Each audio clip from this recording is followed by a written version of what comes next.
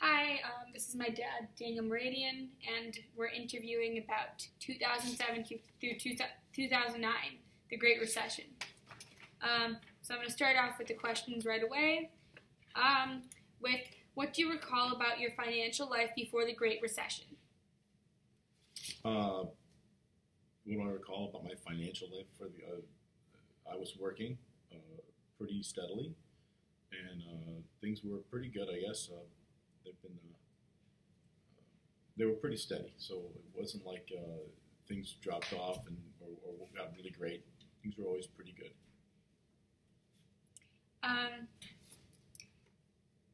And were you overly worried about the health of the economy during those times? Was there any concerns? I remember being concerned about the economy to the extent that I have thought for years that people at the top of the economy have been getting way too much money and too much power, and have been basically taking from the people at the bottom of the economy. And I didn't think that was going to end well, and I still think it's going on, and it's not going to end well. But I didn't foresee the economic crash that was going to occur in 2007, 2008, 2009. I didn't know that there was going to be a housing crash or anything like that. But I was always worried about the economy to the extent that people were losing their jobs, and their jobs weren't paying as much. And I've always believed that people at the bottom have to have money in order to buy things for the economy to keep rolling along. And then prior to 2007, had you ever experienced any hardships where, things weren't great? No, well, not so much. I mean, in construction, sometimes you get laid off, but you get laid off and you get hired back on a few months later. It was never like it was when I got laid off in 2000 and basically the end of 2008, the beginning of 2009, and things were really terrible. It never seemed like there was going to be a really long time between working or not working and working. How did you first discover that our nation was facing a severe economic situation? You just listened to the news, and you heard every day that there were all these companies laying off, and every month we were losing 700,000 jobs, 600,000 jobs, and the housing market was crashing, and it was pretty obvious that there were problems. That started maybe in the summer of 2008 when you really started to notice it. At least when I really started to notice it. And then what were your feelings after first learning about the severe economic condition? Probably anger. I mean, and I still am and always have been. I've been angry at the people at the top who always make money no matter what they do, and don't ever seem to think that they have enough. So I think that's how we got here. That's not the exact mechanism, but that's part of the problem. And people seem to want to take care of themselves and not take care of anybody else. So was I angry? Yeah, I was angry, and I think that a lot of people are still angry. So what kind of financial hardships did you experience during this situation? Like, did you lose your job? Did you have difficulty finding work? Did you lose your home or other assets? Things like that. Well, yeah. But the end of 2000, just at the end of 2008, I lost my job. I got in an argument with somebody at work, and apparently it would turn out to be the wrong person. The guy was like one of the top 3 people at the company, and I had no idea who he was.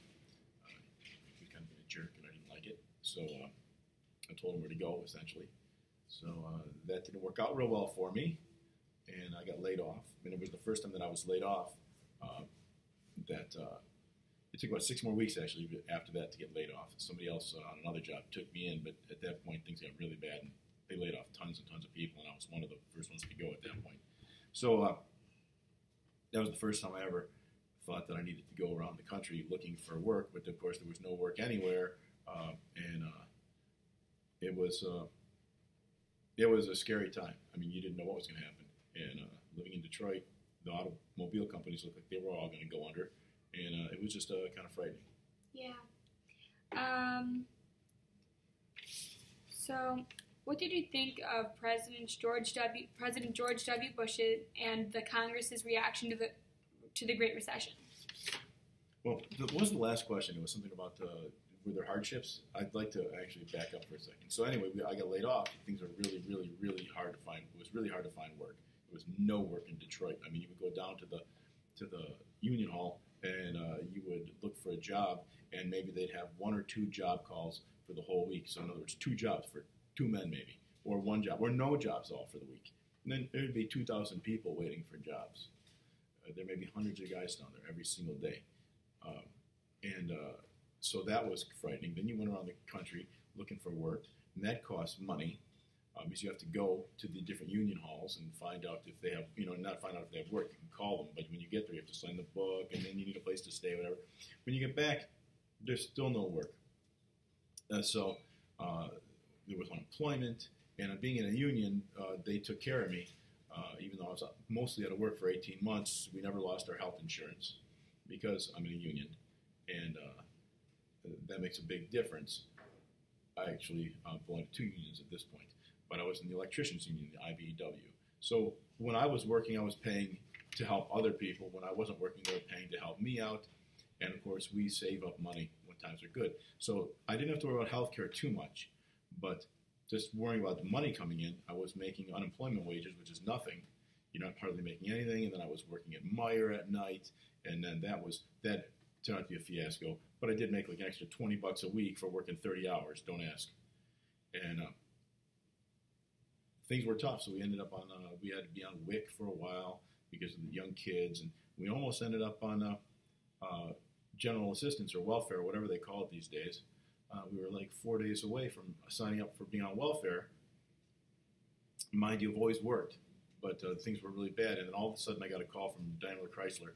At the time, it was Daimler Chrysler, and they asked if I wanted to take a job at the Trenton South Engine plant. And I said, absolutely. Are you kidding me? So I got my job 4 days before I was supposed to go on welfare. So I think 2 weeks later, I was working, and I pretty much kept rolling ever since. But things were really tough, and if those programs weren't there, like my unemployment insurance and the fact that I had a union and we take care of each other, and if the fact that there was no women's, infant, and children, and there wasn't any general assistance to go on to, which I luckily didn't have to, but if those things weren't there, things would have been a lot worse. But luckily we came out of it okay. We never missed a payment. Yeah. So, again, what did you think of President George W. Bush and Congress's reaction to the Great Recession? Really, there was hardly. It didn't appear to me that there was much of a response by George Bush in Congress at the time. They did come up with this idea of a stimulus package, I believe. I'm going to say that it got most of the things ended up getting passed under Obama, but that doesn't mean that he came up. I think that the Bush administration came up with the Troubled Asset Relief Program, which is the TARP program, which was basically to bail out the banks, and I think that they came up with the idea for a stimulus package, but a lot of these things took time to get implemented, so a lot of it happened during Obama's presidency, but I don't think the Republicans were really going to push to help out people at the bottom anyway. I don't know what they think they were going to do because they don't want to do anything. And then what did you think of President Barack Obama and Congress's reaction to the Great Recession? I think they did a lot of things right. I think, was it? No. I think that possibly, I'm not so sure that they should have been so nice to the big banks. Maybe they should have bailed them out, but then maybe they should have done some investigation as to why these things happened, why the banks started to fail, and who was making money even when everything was failing. And they gave all the money to the banks, and they helped the banks out generously. The rest of the people, and they didn't want to really do as much as they should have for the infrastructure program and just generally helping people. They didn't give money to people who are underwater in their mortgages. The little guy, as usual, didn't get that much help, and I don't think that was very good. I think that's kind of led to a lot of the problems we have now, which for me is the political situation we're in at the moment with Donald Trump and all that kind of stuff.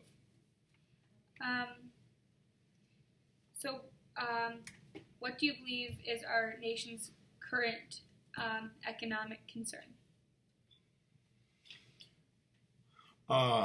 I think at the moment there's two concerns. One is income inequality, and another one is the fact that now we have Donald Trump as the president, and we have Republicans everywhere, all over the place, and they appear to think that the way to correct what's wrong with the economy is to go back to the 1890s and get rid of all the regulations and get rid of all the rules and allow monopolies to just kind of run roughshod over everybody, but but everything will work out because of capitalism.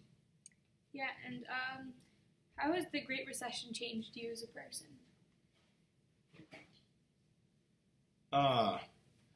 It's made me a little angrier, that's for sure. It hasn't changed me that much as a person, I don't think. But it has made me definitely more politically active and concerned, and it's definitely also probably pushed me quite a bit to the left, where it appears to have pushed a lot of people to the right, where they think that just like capitalism do its job, I remain a capitalist, but I also believe more in the Bernie Sanders kind of system. I really think that capitalism and socialism have to work together to make a decent system. You can't have all socialism or all capitalism. I think that I've definitely moved to the left, although I was on my way to the left at that point anyway. And that's where I'm at. And then one final question. So you talked about how the unions helped you out, and how your union kept you on health care even when you didn't have a job. And when you did have one and you were working, you helped other people. Can you go in a bit more detail on what happened there? Well, when you're working in the construction union, in the IBEW, I mean, different unions have different things set up. But in the construction union, a lot of times people work and then they don't work, and then they work and they don't work. So when you're working, you save up money for yourself in different accounts and funds that you can use to pay off, healthcare expenses and things like that, like insurance payments if you're out of work for a long time. But also, when you are working, they take a lot of money out of your check in dues, but those dues go to pay for brothers and sisters who aren't working and their health insurance and their family's health insurance, and they have extra unemployment benefits and things like this, so that those people are taken care of, because everybody isn't always going to be working all the time. Sometimes you have problems, or sometimes there's no work. So they manage that money for you. And sometimes when you're unemployed, like I was unemployed, all the brothers and sisters who are working are paying their dues to help you out. And, it works out really well. And that's how, like when I say you should mix socialism and capitalism, that's a really socialistic way to do things. But man, does it work nicely. And I was out of work for almost 18 months. I worked a few months here, or I worked out a month and a half here and a month and a half there and a few days here and there. I had to leave the state. I worked at Meijer for 6 months at night, but I wasn't really paying the bills doing that. And when that was going on, I had at one point they asked me for a $1,000 payment for 6 months worth of insurance. The rest of the time, I didn't have to pay anything.